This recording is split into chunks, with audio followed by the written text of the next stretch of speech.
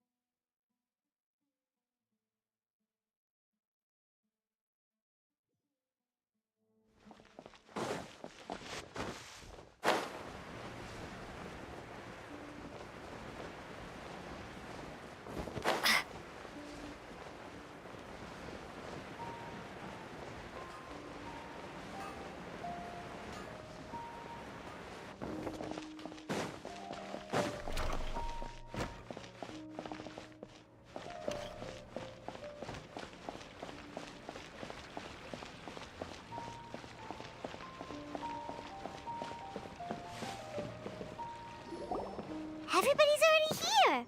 Looks like we're the last ones to arrive. You're here. Ah, there you are. Well, look who finally decided to show up. You look like you came here immediately after finishing up some work. I'm very happy to see you here. But we're not late, are we? It's just that everyone else arrived ahead of time. I propose that the last one who arrived be put in charge of today's speeches. Nah, there won't be any speeches today. Oh, really? Well, even better. Come join us over here. Let's share some great food and drinks, and chat about all sorts of fun things. Everything looks quite good. Wow! Paimon can't wait! Traveler, just look at all the delicious food here!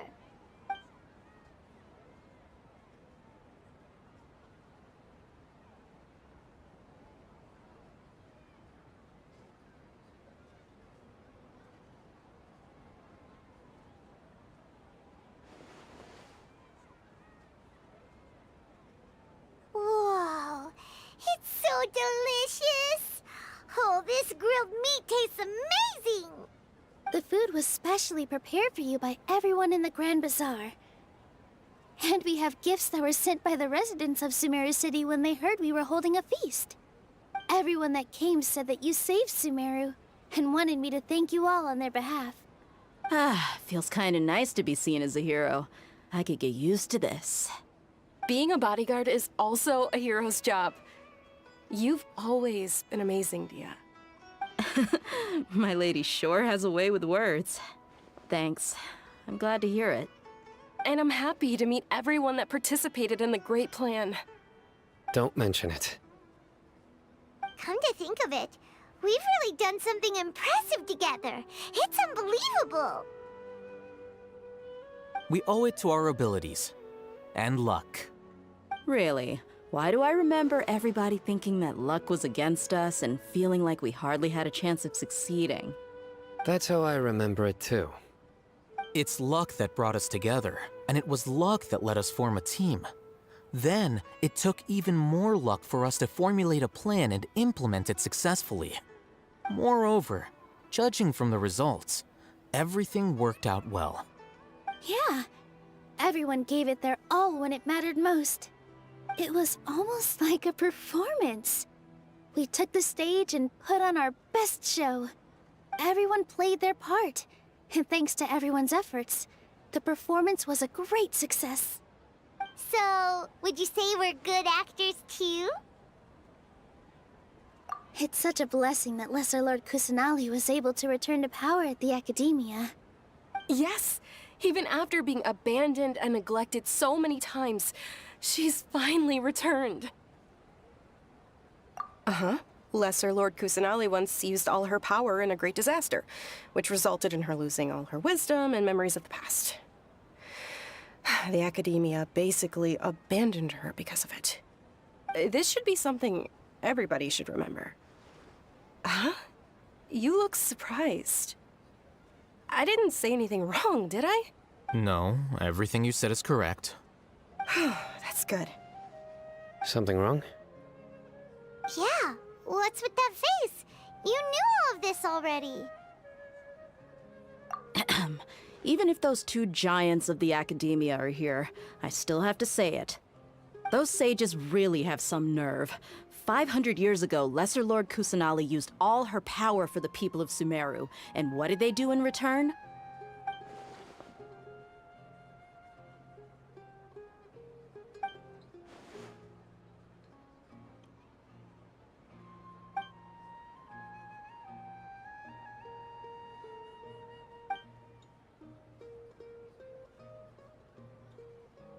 If you bite the hand that feeds you, don't act surprised when it turns into a knuckle sandwich, right, Sino? Perhaps I shouldn't say this, but their treatment of Lesser Lord Kusanali calls for a more severe punishment. You could simply tell Lesser Lord Kusanali that you wish to have Azar and his accomplices severely punished. I respect our deity's decision, and won't interfere in any way. While we're on this topic, why didn't you accept the Academia's invitation to become the Grand Sage? Are you trying to say that I'm fit to be a sage? Not at all. But every person handling the selection process has said that you are the most suitable candidate to lead the Academia right now. Why? Because he dethroned Azar from power? Could you try to put it another way? This is a good thing, yet you're making it sound like I overthrew Azar for my own personal gain. But seriously, though, I always wondered if you had some personal motives behind it. I did have my own motive, but it had nothing to do with being a sage. If the rules of our nation were suddenly cast by the wayside, then it wouldn't be long until chaos ensued. I had no intention of letting their dreams disrupt my life. By that, you mean your life working as the Academia's scribe. Precisely. Wait, is that all? So, that's the only reason why you joined us and came up with all those plans? It's reason enough. You've certainly got quite the personality. You flatter me. All right then. How about you? You've already resumed work as the General Mahamatra, right? That's right. Will you be happy with that life?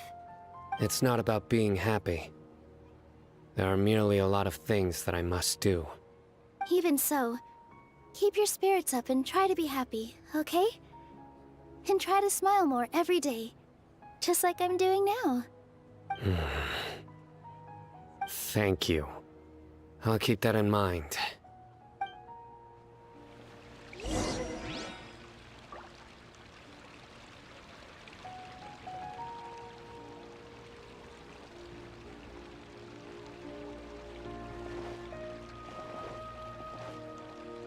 I seldom participate in such lively gatherings, but the atmosphere here is quite good. No. This gathering today has a unique meaning. The Grand Bazaar is lively because the people here feel happiness from the bottom of their hearts, unlike the farces at the Academia. That happiness is an emotion that'll be forever alien to those bookworms who have driven themselves insane by studying. I seem to have taken both keys when I left the house. Oh well.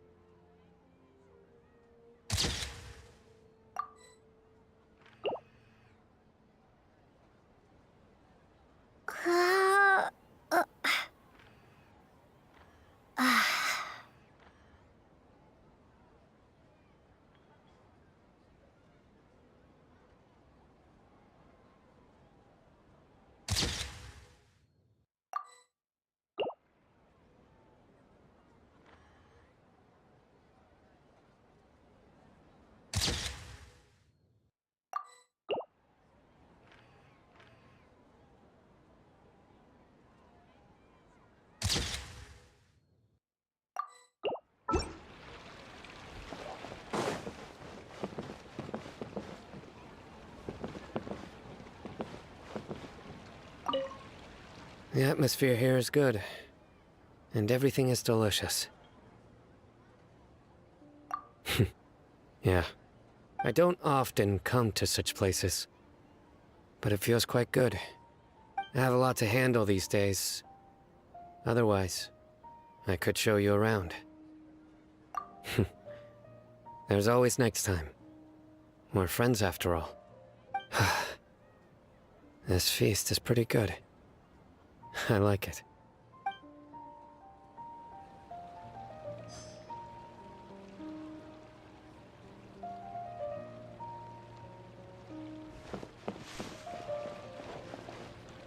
Ah, there you are, traveler.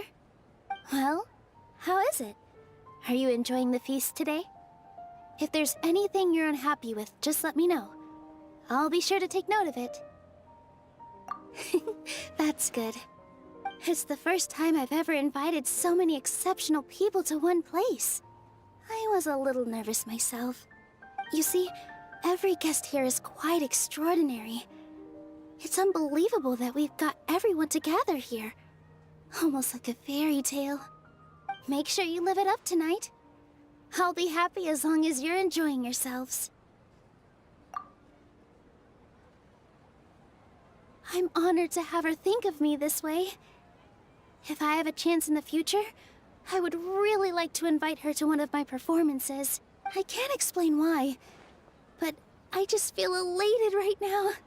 Thank you.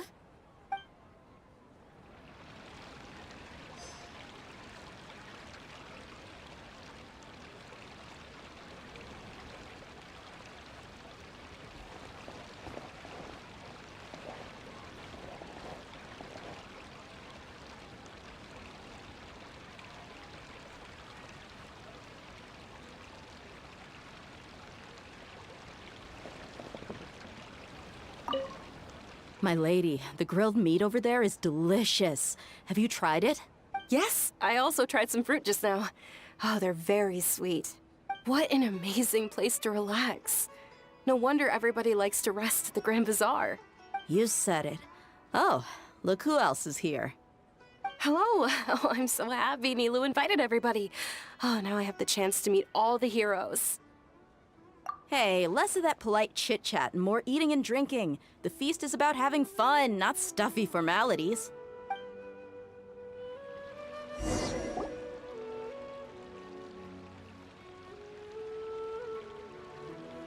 Hey, what's wrong? Your head is starting to droop. Hey, you can't just fall asleep here. Paimon will go find something delicious for you to eat. You'll wake up once you've put something yummy in your tummy. Of course, just wait here for Paimon.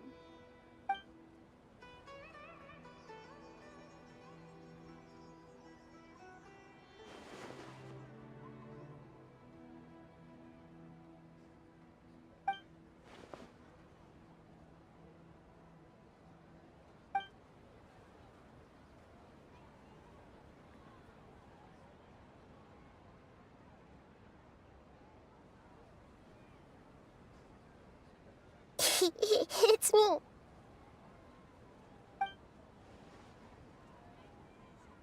You may blame me for being a bit too self-indulgent. I was thinking about talking with you, and the next thing I knew, I had made a connection with you. The connection between us is amazing. It's like flora and the fence it grows upon. I heard there's an amazing celebration feast today at the Grand Bazaar. I wanted to have a look for myself, so I snuck in. Lately, I've been so busy dealing with all the fallout from recent events, so I really haven't had any free time. Although you've already helped me with a lot, there's still one more thing I hope you can help me with. Please say thank you to everyone for me.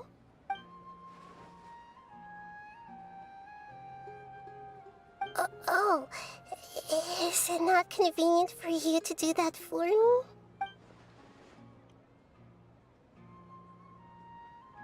But if I just show up all of a sudden, people will become all quiet and stiff, won't they? What if I end up scaring them and ruining this wonderful feast? That'd be the last thing I want.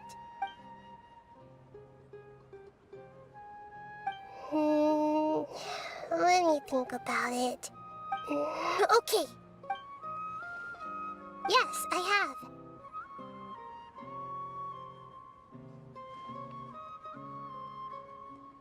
You said I should go thank everyone as myself, right? So... I've decided to borrow your body for the time being. Please don't blame me. The flora also climbs up to the fence to get closer to the sky.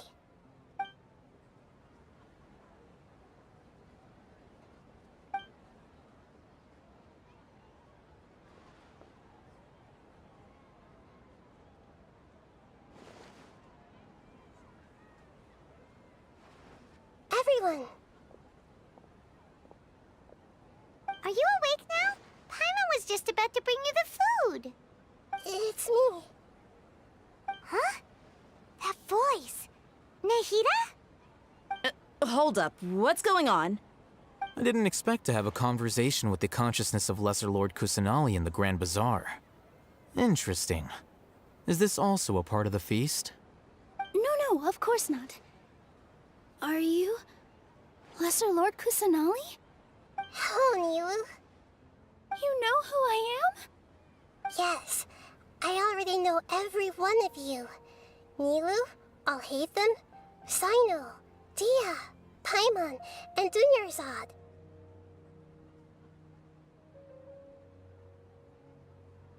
Lesser Lord Kusanali? I took the liberty of occupying the traveler's body so that I could thank all of you in person. Thank you so much for rescuing me, even if that meant placing your own safety in peril and taking the risk of becoming enemies with the Academia, the sages, the doctor, the balladeer, and even the entirety of Sumeru. Without you, without any of you, I would have been in a much more difficult situation. Had you not helped me to resolve the crisis, not only I, but Sumeru and even the entirety of Tevat would have suffered great misfortune. People refer to you as the heroes who managed to rescue a god. I'm quite fond of this name. It not only explains your identities, but also bears witness to your relationship with me. Please, allow me to present to you my most sincere gratitude. Lesser Lord Kusanali, you have done so much for Sumeru, and I didn't even have a chance to do anything for you. You don't have to do this.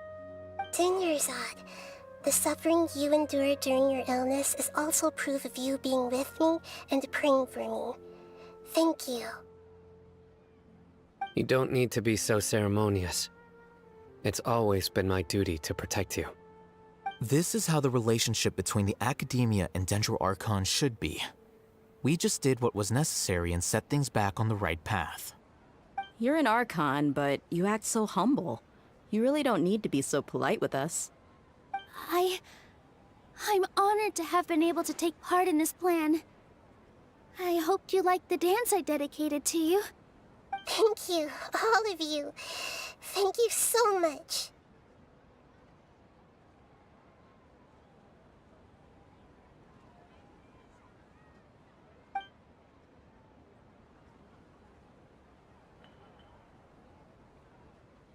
Yeah.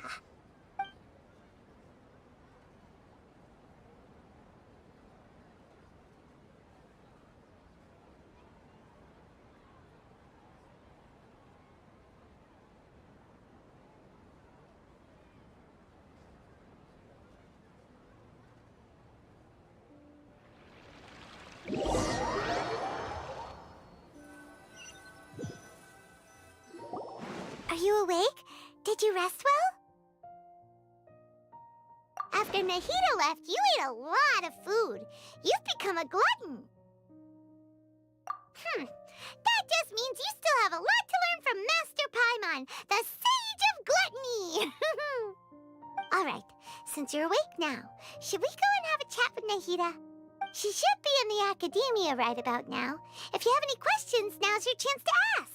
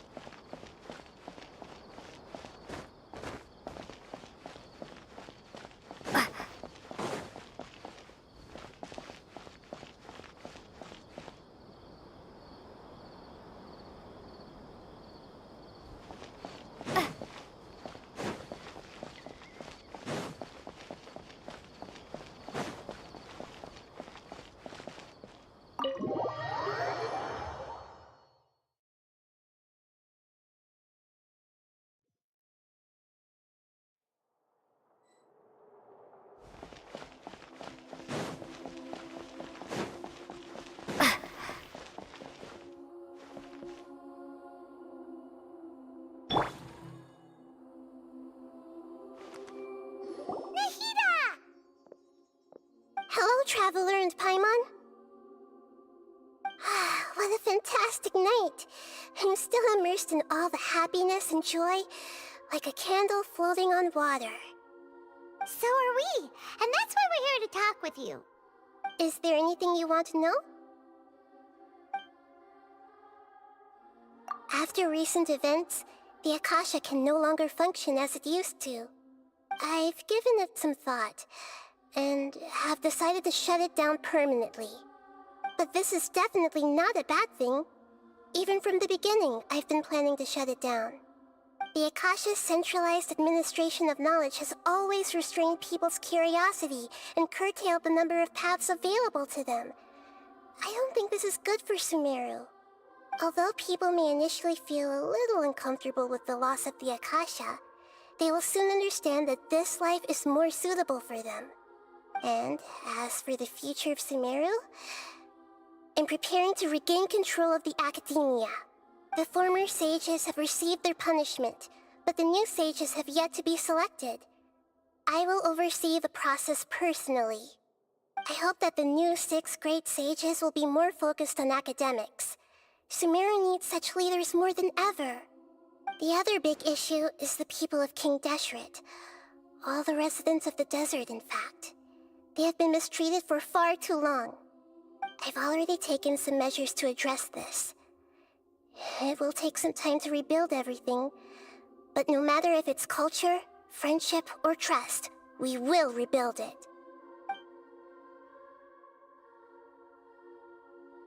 You mean, what happened after the doctor put you to sleep? You guessed correctly. The top-ranked Fatui Harbingers, up to number 3, possess power comparable to that of gods. I was no match for him in that kind of situation. However, in spite of the bad situation, I still managed to make a fair deal with the doctor. I'm sure you remember the entity that changed your fate, the Heavenly Principles. In fact, the Heavenly Principles has been quiet since the Conria disaster 500 years ago. I used this point as leverage against the doctor. I told him that the Heavenly Principles may be awakened if I destroy the Gnosis. Although it was just a bluff, he still fell for it. I assumed that the Heavenly Principles wouldn't just stand by and let such extensive damage to its laws take place. And as for what I exchanged for the Gnosis, the exchange served as both punishment for the doctor, as well as a boon of new knowledge that I couldn't refuse as the God of Wisdom. He's still in a coma, I've hidden him like how one would hide a feather. I know you have many misgivings about him, but as someone who had become a god, he has retained a number of very useful features. Don't worry, I'll keep an eye on him and make sure he doesn't do any evil. In addition, there are still some mysteries left in him. Some things may be very clear from my perspective, but he is still yet to understand them himself. His future will be determined by fate. Is that where you're headed next? Fontaine, the Nation of Justice? As far as I know, that nation operates in a judicial system. Does their Archon personally judge people? No, there's a Chief Justice in Fontaine. Generally speaking, the Hydra Archon, Focalor, won't preside over individual trials. However, even then, Focalor will still make herself present at just about every trial. It seems that she just likes to immerse herself in that sort of atmosphere. As Archon, she still reserves the right to influence the final verdict. Anyway, let's just say she's got, a very unique personality. Are you sure? Isn't there something else you haven't asked about yet? Huh? You mean... About your brother. While you were resting at Gandharvaville, I took some time to perform an Irminsul search for information on your brother. Yeah, isn't Irminsul a repository for all the information and memories of Teyvat? So there shouldn't be anything on her or her brother. This is true in your case. Irminsul indeed does not have any information on you. However, there must be something different about your brother. Because as it turns out, the world has recorded information on him after all. What? There's only one possible explanation. He belongs to this world.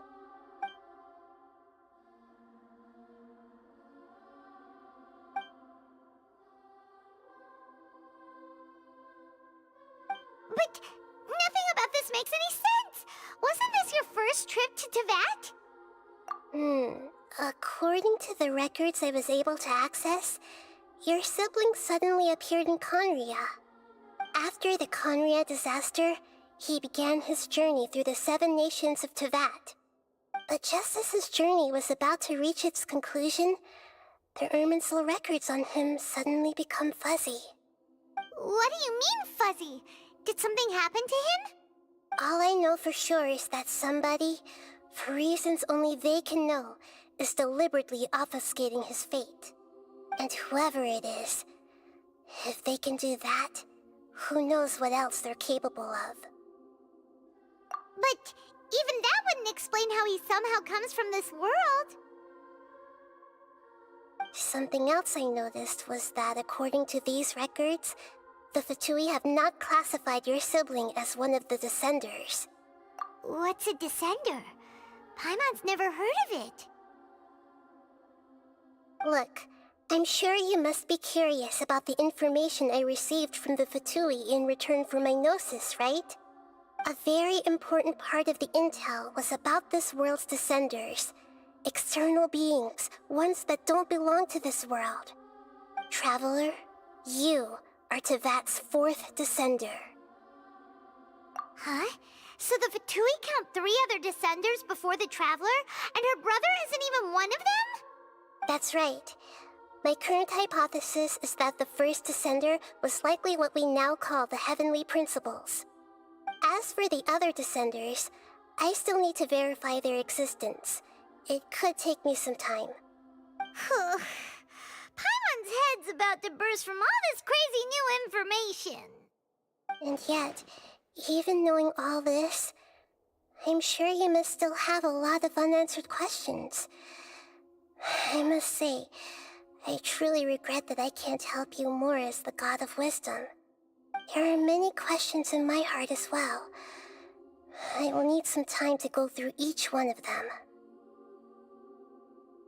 And soon, you'll also begin your journey anew and depart from Sumeru. I'm very interested in your future. It's a journey that can't be observed or recorded by this world. If fate is the ultimate knowledge, then your future will be the ultimate fate. I'm sure glad we got to meet you, Nahida. The pleasure is all mine. I can't thank you enough. Alright, that's enough talk for today. If you ever miss me, just close your eyes, and maybe I'll appear in your dreams.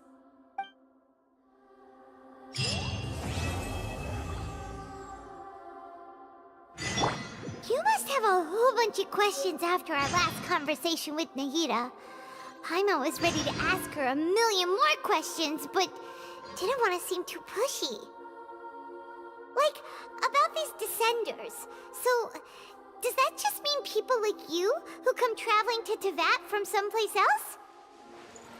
And as for your brother... Whew, so many questions. Let's go find Nahida and see what else we can find out. Is there anything you want to know?